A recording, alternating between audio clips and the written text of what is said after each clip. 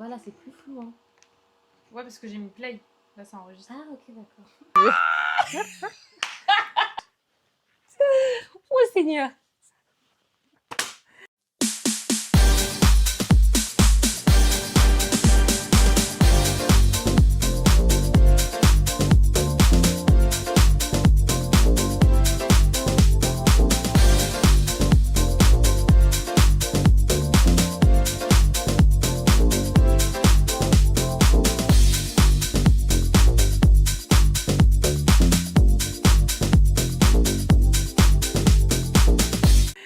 Hello, bienvenue dans le nouvel épisode The Hot Seat. On est accompagné de Vie. That's me. Et moi, c'est Kira.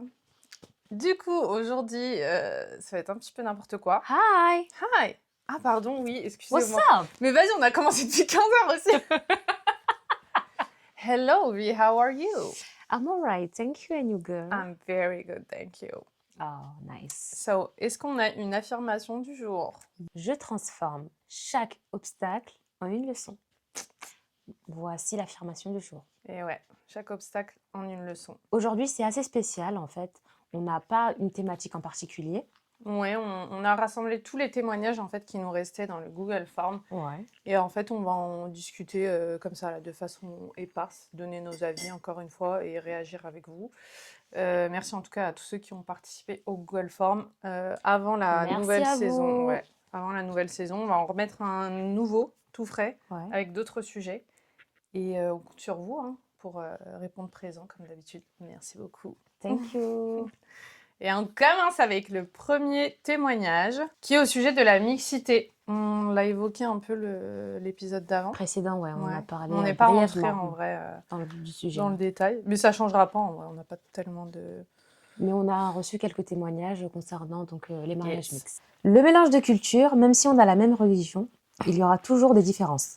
Certaines peuvent paraître anodines, d'autres vont être problématiques dans l'environnement de la relation. C'est-à-dire la manière d'être, langage, coutumes, etc. Vu qu'on veut que ça marche, on va faire les choses, les efforts, au début pour pas que la différence de culture se voit. Mais au fur et à mesure de la relation, cela va être une source de problème en fait, une source de conflit. Je pense le mieux, c'est de se marier avec quelqu'un de son origine. Le mariage mixte est souvent vu comme une richesse, mais il n'est pas toujours simple à vivre. En fait, il faut que chaque personne réussisse à faire, entre guillemets, sa place équitablement dans la c'est ce vie qu'on de disait la l'enfant. dernière fois. C'est-à-dire que chacun, entre guillemets, quand je dis fasse son travail, c'est que chacun apporte sa richesse en fait, Ouais, voilà. sa culture, en apprenant voilà, la coutume, la langue. Et si chacun fait son travail, en fait, tout le monde trouve sa place. Exactement, faire un bon travail de transmission, de C'est ça. culture, de principes. Pour moi, c'est ça, entre guillemets, les principes et les valeurs, ça reste un socle commun. Ouais, c'est la transmission. Hein. Et ça n'a rien à voir ça avec les coutumes ou les origines, c'est vraiment le fond des personnes. Mhm. Et c'est ça qui va te permettre aussi de trouver le juste milieu entre le père et la mère. Prendre le bon de chacun.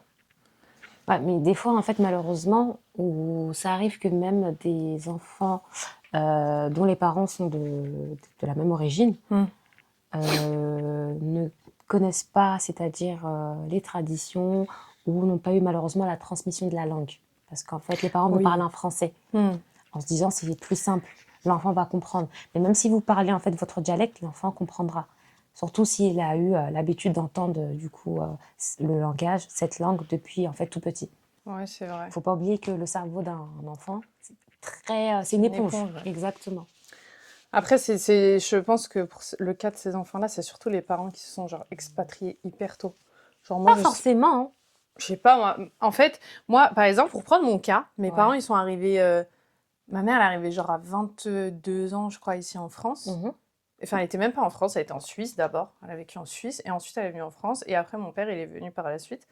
Mais en gros, nous, au début, nous parlait que rebeu. T'es né en Suisse? Non, je suis pas née en Suisse. Je suis née à... Ah merde. Pardon. Il faut que j'arrête de faire fuiter des infos perso. Et du coup, donc je reprends. Ouais. On a parlé rebeu à un point où, genre, la maîtresse en maternelle, elle disait oui, madame, Donc ça, c'est pour tout votre le monde, fille, quoi. elle parle arabe, faudrait essayer de lui apprendre le français pour comme ça, elle s'exprime correctement en classe. Mhm, Et donc, on a parlé, moi et mes deux sœurs, enfin, rebeu super tôt, ça, on a gardé ça. Mais mhm, mes deux petits frères, vu mhm. que on a, genre, moi j'ai 10 ans de différence avec le dernier, bah, il a vécu avec des gens qui parlaient français déjà. Mhm. Donc en fait, la Derija, elle s'est perdue de fou. Et moi, mes deux petits frères, là, ils comprennent, mais des fois, ils ont du mal à s'exprimer fluidement. Ouais, je Ils y comprends. arrivent, mais ils ont du mal. Donc je pense que c'est comme ça que ça se perd en vrai.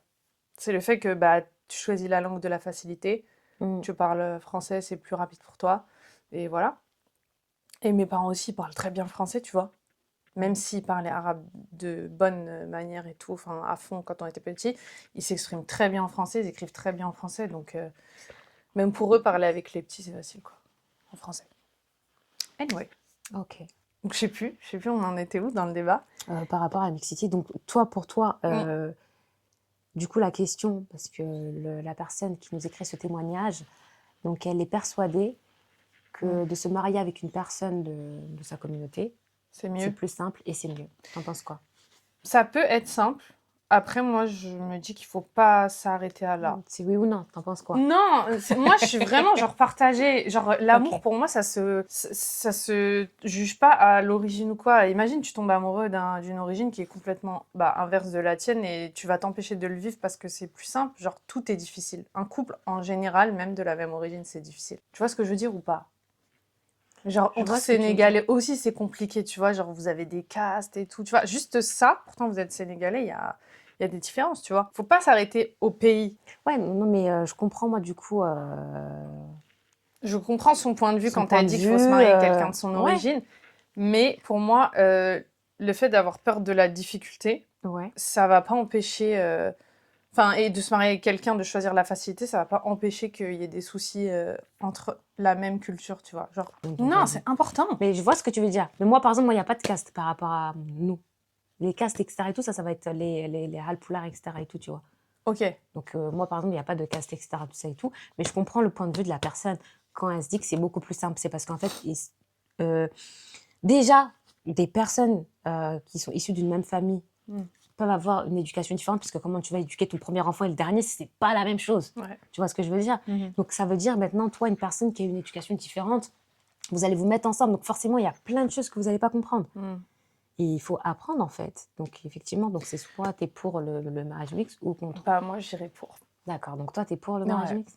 Moi, je suis pour parce que, pour moi, dans tous les cas, il y a des difficultés en vrai. À ce sujet, on a une belle phrase de Dostoïevski, un auteur qu'on aime beaucoup. Donc, Ouais. je te laisse la dire. Celui qui veut tout analyser avant de faire confiance passera sa vie dans le doute et la peur. Yeah! Bah, vous avez compris le fond de la phrase, hein. Dans tous les cas, c'est une phrase qui doit faire réfléchir. Si vous aimez quelqu'un, peu importe l'origine, genre aimez-le. S'il n'y a pas de problème et que vos parents sont tolérants, voilà, genre vivez le truc.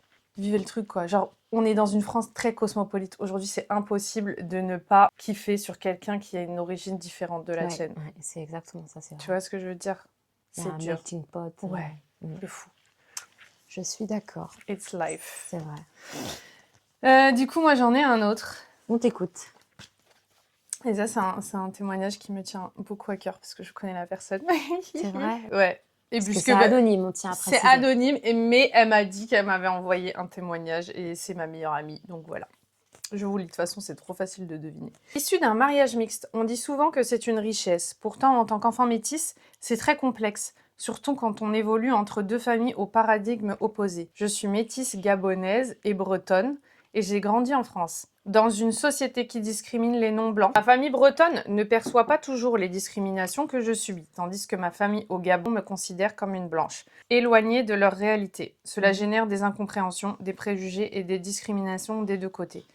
Un mariage mixte est beau, mais il implique des chocs culturels profonds que les enfants portent toute leur vie. Si aujourd'hui je sais qui je suis, c'est grâce au travail de transmission fait par mes parents. Et je suis mariée à un Congolais, donc une mixité de plus. Et nous faisons en sorte que chaque culture ait sa place. Être métisse, c'est chercher en permanence sa place entre les blancs et les noirs.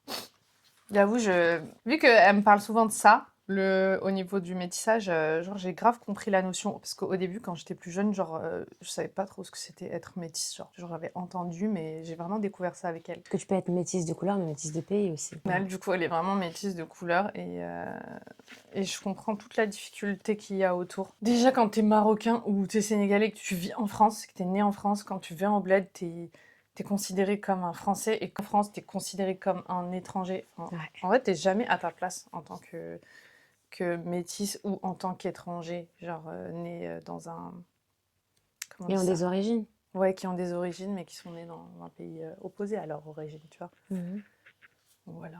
Mais c'est bien, du coup, je suis contente que tu aies pu, que tes parents aient pu te trans... T'arrives. Pardon. Je suis contente que tes parents aient pu faire cette transmission au niveau de la culture et que tu aies pu trouver ta place. Donc, c'est Bon. bien. Moi aussi. Je suis contente. Ouais, on le ressent de toute façon à ton témoignage. Hein. Grave. Ouais, c'est cool. Ensuite, alors là, on va partir sur un sujet encore différent, mais qu'on avait ébordé. Vas-y, tranquille. Excuse me. Un sujet qu'on avait abordé dans un podcast et on nous a dit « Oh là là, vous voulez pas changer de contexte, red flag et tout. C'est bon. » Genre, il n'y a que les hommes qui nous ont dit ça. Il y a plein de gens qui nous ont dit « Ah, c'est bon, vous voulez pas innover, genre vous faites toujours le même truc, red flag et tout. » Ah oui, oui, oui, oui, oui, oui. Tant qu'il restera des red flags, il y aura des sujets red flags. C'est tout. Il faut accepter. Du coup, bah moi, on en avait un dernier qui était passé un peu à la trappe, ouais. inaperçu. Au moment, lorsqu'on a évoqué ouais, ce sujet. et toutes nos excuses, vraiment. Mais on va le dire. Et parce qu'il était intéressant, en vrai. Gros red flag amical, les personnes centrées sur elles-mêmes. Tu sais, cette personne qui parle que d'elle, en gros, elle te parle pour s'écouter parler, elle te calcule juste parce qu'elle a besoin de vider son sac et elle t'utilise juste pour satisfaire ses besoins émotionnels. Il y en a plein comme ça. Ouais. Comment on appelle ce terme déjà ? Vampirisme, je crois, non ? Ouais, vampirisme. Ouais, le vampirisme. Ils viennent pomper toute ton énergie. Exactement. Donc, batterie full, et puis ciao, ciao. Voilà. Et je reviens quand ma batterie, elle est empty. Ils se plaignent toujours, ils demandent sans jamais donner, ils créent du conflit. Ah ouais ? Et ils font toujours les victimes. C'est ça, c'est ce genre de personnes-là centrées sur elles-mêmes. Oui, et en fait, le problème, c'est que c'est dur en amitié parce qu'on ressent quand même de l'affection et de la loyauté envers la personne. Il n'y a pas de, comment dirais-je, ça va à sens unique, là, j'ai l'impression, ce genre d'amitié. C'est pas réciproque, en fait. Exactement. Protéger son énergie, c'est pas rejeter les autres. Ouais. Protéger son énergie, ce n'est pas rejeter les autres, c'est se préserver pour moi. Voilà. Et c'est ne plus se perdre en chemin. Exactement. Yeah. Ouais. Mais c'est important. Très il important. faut préserver son énergie. Surtout là, genre plus on prend de l'âge, plus il faut se...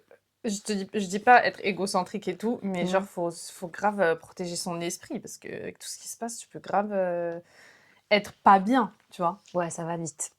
Ça va très très vite. C'est dur.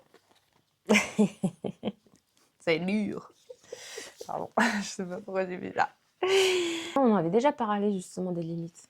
Ouais, mais des fois, on a du mal à les mettre. Moi, je me rappelle, j'avais du mal à les mettre, les limites. Ah ouais Maintenant, t'arrives à les Je crois mettre. que je suis une victime. Je sais pas si j'arrive à les mettre. je dis t'arrives. avant, mais... T'arrives à Je sais les pas, mettre. des fois, il y en a, ils me font tellement pitié. J'ai l'impression que j'ai le syndrome du sauveur. C'est ce que j'allais dire, hein, t'es absolument pas... Je crois que j'ai le syndrome du sauveur, hein, pour de vrai. T'es pas Genre, en même bas quand des je bois. vois quelqu'un dehors dans la rue qui a besoin d'aide, est-ce pas de l'ostentation, je vous dis tout de suite. Genre, juste, ça me fait pitié. Genre, je suis trop hypersensible. Ce nouveau terme-là de cette génération. Je suis hypersensible de ouf, wesh. Je suis tellement hypersensible. Ah, pardon. Ouais, tu disais. Tu faisais quoi, là? Elle se foutait de ma gueule. Je l'ai pas vu de l'autre côté, mais vous allez voir. Parce qu'elle n'est pas hypersensible. Qu'est-ce que t'en sais? T'es hypersensible? Tu sais, j'ai pleuré pourquoi l'autre jour? Et ben en fait, j'allais faire une randonnée. Ouais. Et je me suis levée genre hyper tôt, à 5h du matin, parce que la randonnée, je devais la faire à 3h d'ici. Ouais. Et en fait, je roulais tout ça dans la voiture. J'étais contente et tout, j'avais la zik à fond. Après, je passe devant la gare. Et je vois le A14, la Défense, là, je vois tous les darons, ils sont l'un après les autres, tu sais, genre, ils faisaient la queue. Il était 5h du mat, il faisait froid. Et moi, je me suis dit... genre, je commence à pleurer dans ma voiture, juste dans la musique. Et je dis, wesh, moi, je me réveille tôt pour le loisir et tout, faire un truc que je kiffe. Mhm. Et eux, les pauvres, genre, ils se lèvent pour aller bosser. Et j'étais en mode, mais... Et ouais. Voilà, et j'ai chialé, mais genre, je crois que j'ai chialé vraiment genre 20 minutes straight C'est vrai? sur la route. J'étais vraiment pas bien. Putain, ça va être T'étais un en sujet, période ça. SPM ou... Même pas! Genre, je Non. te jure, il y a des trucs qui me font pleurer pour rien. Là, c'est avec Mais je l'âge crois que c'est aussi. familial, hein. C'est avec l'âge aussi, j'ai Non, l'impression. ça fait depuis T'étais comme ça longtemps, aussi? ouais. Ah. Mais je pleure pas devant les gens et tout, genre, je vais pas chialer devant les gens. Par contre, ça, c'est hors de question. Je chiale dans mon coin. Je veux pas qu'on me voit pleurer. Et c'est comme ça, en vrai, c'est la vie, hein. On reste des femmes, on est sensibles. C'est la vie. C'est pour ça qu'il faut nous protéger. Faut pas être dur avec nous. Faut être gentil, s'il vous plaît. Bon, sujet suivant. L'hygiène. Ouais, c'est l'hygiène. Donc, on a eu un témoignage d'une personne qui est révoltée, hein, mais elle n'est pas contente. Des personnes qui Qui manque n'enlèvent pas les d'hygiène. chaussures. Moi aussi, je suis révoltée. Ouais, lorsqu'ils Ça, rentrent chez les gens. On en parle des gens qui enlèvent jamais leurs chaussures quand ils vont chez les autres. Non, clairement, il y a des parents qui ont... J'ai roté. Non, clairement, il y a des parents qui n'ont pas éduqué leurs enfants dans la Oh, propreté. Carrément, tu vois. oh. Parlez pas des Faire le darons. ménage, ranger ses affaires, ce n'est pas une question de sexe. Je suis tout à fait d'accord avec elle. Mhm.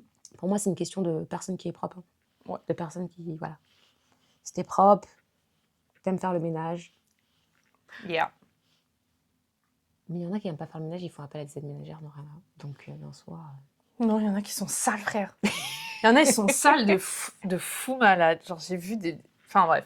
Mais en Après, je suis portage. obligée de... Non, je suis obligée de Oh, rentrer dans... dans C'est real life. c'est real life. Ok. Genre, des gens chez qui j'étais invitée à Paris, quoi. Enfin, bref. Une horreur, leur maison. Genre, comment vous faites pas payer chez un tout loyer? le monde qu'on mange. Ah, C'est gars, tout ce que j'ai à dire. là, sur ce coup-là, je suis désolée, mais j'ai pas enlevé mes chaussures quand je suis rentrée chez lui. J'allais me salir, c'était plus sale que la rue. Oh, c'est horrible, je sais même pas comment je m'étais Tu t'es retrouvée dans assise un et appart. tout? Jamais, frère, je suis restée 5 minutes, j'ai dit, vas-y, c'est bon, on taille. C'est quoi cet endroit-là? On aurait dit un taudis. Ok, donc c'est une question d'hygiène. Je suis Ça. désolée, mais souvent on entend ce discours des hommes que c'est la femme qui doit faire le ménage. Donc être propre, c'est réservé qu'aux femmes? Je pense pas, non. Je pense pas. Hein. Donc voilà, donc la question de la propreté est souvent liée à l'éducation et aux habitudes familiales. Ouais. Je suis d'accord. Tu gardes les chaussures ou tu Ah enlèves non, les moi chaussures? j'enlève, mais dans ce cas exceptionnel là, de force majeure, j'ai dû garder mes chaussures parce que c'était Ouais, t'es plus sale. Je crois que dehors, mes tu chaussures, marches, etc. et tout. Ouais, pour moi, non, mais t'enlèves la les maison, chaussures. elle était sale. Genre, il y avait Ouais, non, là, genre c'est des cendres par c'est terre. Dégueulasse, quoi. C'était la tapisserie, c'était peut-être C'était sale. tu vois, Je une mode. sais pas. C'était sale. C'était sale. La vaisselle pas faite depuis... Je sais, vraiment, je n'ai pas envie d'entrer dans les détails du contexte, mais plus jamais, quoi. Et dans ce contexte-là, j'ai pas enlevé mes chaussures, et heureusement. Mais ouais, c'est une question d'éducation. Je suis d'accord. Ouais. Parce que moi, mes petits frères et tout, ils sont hyper propres. Genre, Ouais, tout le monde au charbon, quoi. j'en ai un, il est trop maniaque, d'ailleurs. Trop maniaque. Tout le monde au charbon. Tout le monde au charbon. Ce qui est logique. Et toi, tu as Oui, un c'est témoignage vrai sur qu'il y en a. l'hygiène? Alors moi, j'ai un témoignage. Allez, on t'écoute. Il est marrant. C'est très marrant. Mon ex me saoulait sur la propreté, mais il pissait normal dans la douche pendant qu'il se lavait. Désolée, j'ai du mal avec ça. Pareil, je te jure. Mais j'ai l'impression que Et c'est genre, en un fait, fléau, se pisser dans la douche alors qu'on se lave. il attendait qu'elle sorte de Bah, la j'en sais rien, pièce. je connais pas le contexte, mais Ok. pisser dans la douche, quoi. J'espère que tu passais pas après lui. Au moins, j'espère qu'il nettoyait le baignoire, je sais Bah, j'espère qu'il nettoyait la baignoire et que ça sentait pas la pisse, quoi. pas. Ah, Je sais pas, tu te douches ouais. dans un endroit où tu te laves. On va juste avant, en fait, au petit coin. Bref, en tout cas, c'est gâté. Non, c'est pas... ouais, on va rajouter de la matière, là. C'est dégoûtant, frère. Tu peux attraper des trucs et tout. Surtout, en plus, j'espère qu'il n'y a pas de meufs qui font ça parce que nous, notre position naturelle, c'est d'être assise. Genre, il faut pisser en position assise parce que sinon, vous allez devenir incontinente très tôt. Donc, faites pas ça, les filles Ah, qui je ne font savais ça. pas du tout. Si. Genre, si tu pisses debout, vu que nous, on a l'habitude, notre utérus, il est dans une certaine position tout le temps, et ben, il faut pisser assis. Obligatoire. De toute façon, on est assise. Donc, voilà. Ok, nice. Ben voilà, après, on a quoi d'autre? Donc, j'ai un ami que je connais depuis 20 ans. Waouh. 20 ans? Ouais. 2 ans.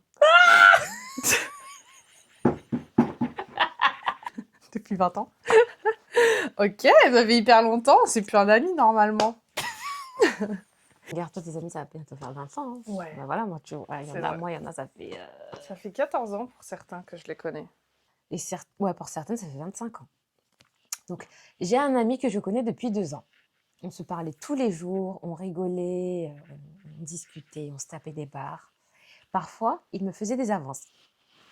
Ah, C'est pas trop un ami, ma chérie. mais je ne faisais pas attention, voilà, comme si j'avais rien vu. Un jour, j'ai vu qu'il m'avait supprimé des réseaux. Mhm. J'ai réussi à le contacter et il m'a dit qu'il avait une copine depuis longtemps. Apparemment, sa copine a pété un câble après avoir vu nos messages. Tout à fait normal, hein. Si tu fais des avances, ma belle, et qu'elle tombe sur ça, c'est normal qu'elle pète un câble. Ouais. Toi aussi, tu t'attendais à quoi? N'abuse pas non plus. Logique. Et elle ne voulait plus qu'il me parle. D'où la suppression. Mais j'ai regardé son Instagram et j'ai vu qu'il suivait toujours d'autres meufs. Mon intuition me disait que c'était moi le problème. Yes, you are the problem. Mais il ne m'a pas bloquée. Donc je me suis dit que peut-être il pourrait revenir vers moi un jour. J'ai l'impression d'être un second choix. Ouais. Pour moi, en fait, ouais, t'es un second choix. Et en fait, il t'a toujours montré ses intentions qu'il voulait plus avec toi. Et comme tu ne faisais pas attention, que tu ne voulais pas voir, en fait, il restait en fait par rapport à ce que tu lui donnais. Et comme j'aime bien dire, on ne donne pas à boire à une personne qui a faim. Donc, c'est-à-dire qu'on ne donne pas de l'amitié à une personne qui souhaite plus, en fait. Ouais. Donc, après, oui, si sa meuf, elle a pété un câble parce qu'elle ouais, a c'est vu les normal messages, avec c'est les qu'elle messages. a compris certaines choses. Enfin, elle connaît son Que c'était mec. pas en fait de l'amitié, c'est que Voilà. c'était plus que de l'amitié. Et en vrai, c'est légitime de sa part de lui dire. De couper contact. Et en vrai, il aurait dû le faire de lui-même. Mais c'est légitime de. Moi, je critiquerais jamais en soi une meuf qui dit à son mec vas-y, supprime, tu vois. Même si l'homme doit le faire de lui-même, je critiquerais jamais une meuf qui dit ça parce que c'est légitime. Elle voit que le mec il veut plus avec la meuf. C'est ça. Donc moi je me serais énervée de base. Mais après on sait jamais. Hein. Peut-être il lui a dit ouais mais non mais c'est qu'une amie et tout. Mais en tout cas c'est légitime de sa part de lui avoir dit bah non tu la tèges alors.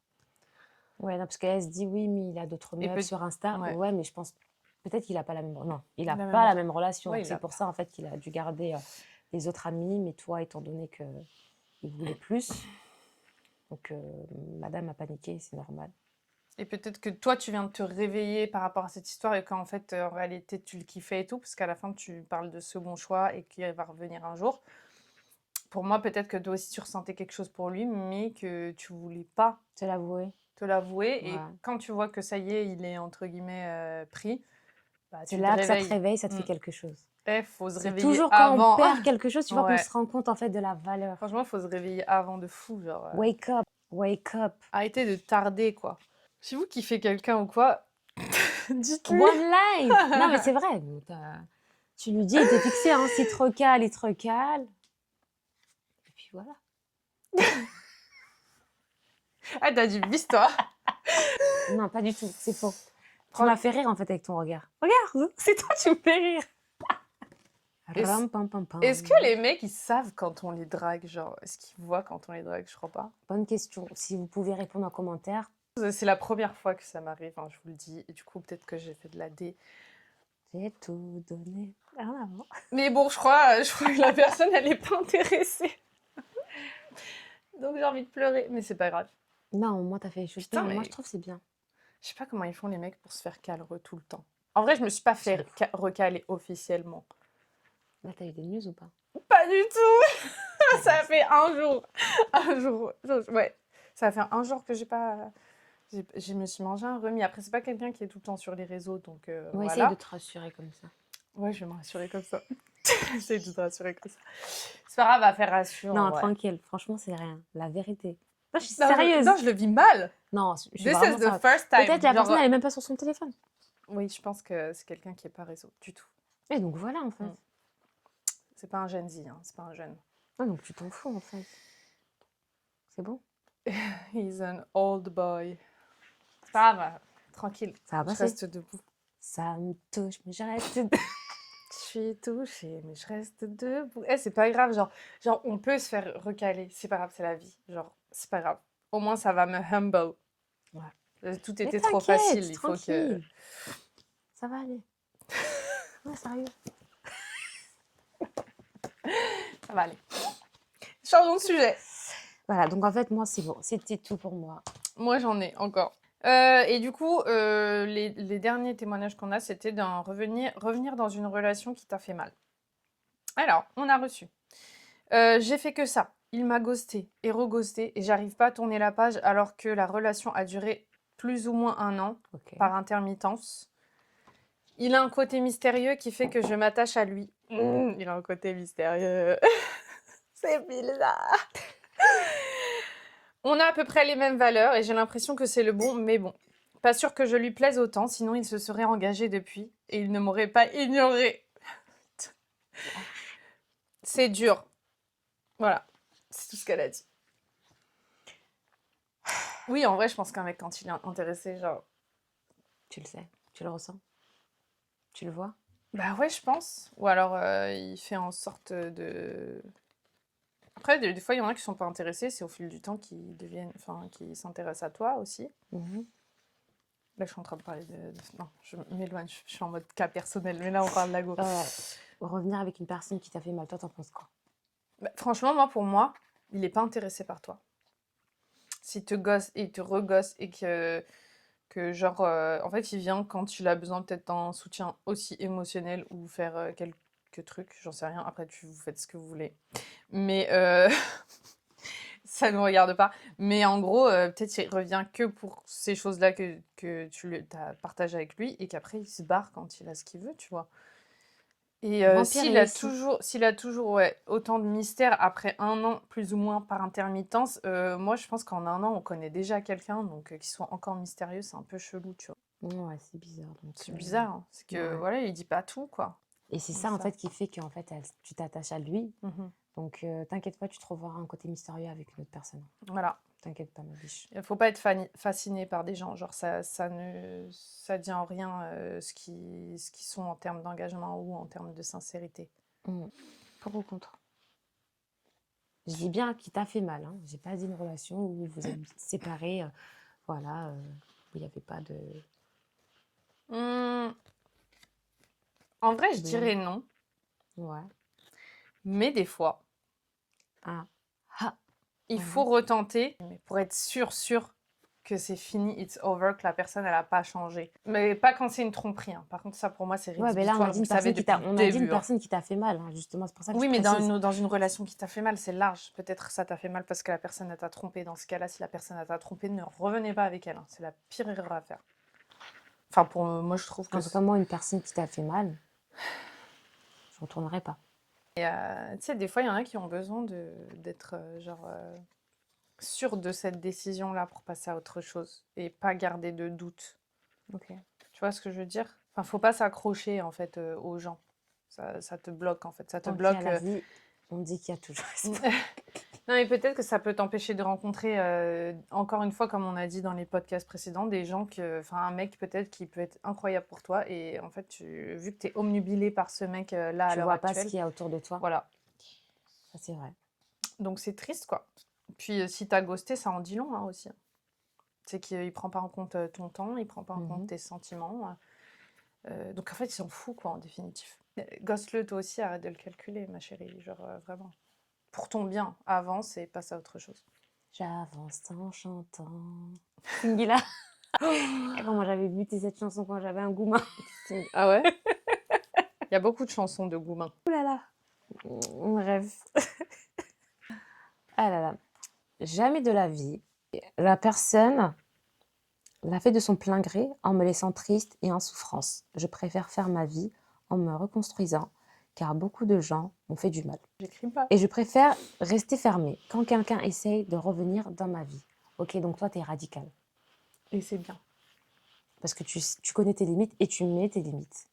C'est ce qu'on disait précédemment. Ouais. Donc l'importance de mettre des limites pour pas... comment on dit en français? Pourquoi tu l'as en quoi là? Tu l'as en quelle langue? T'as capté, c'est même pas en anglais.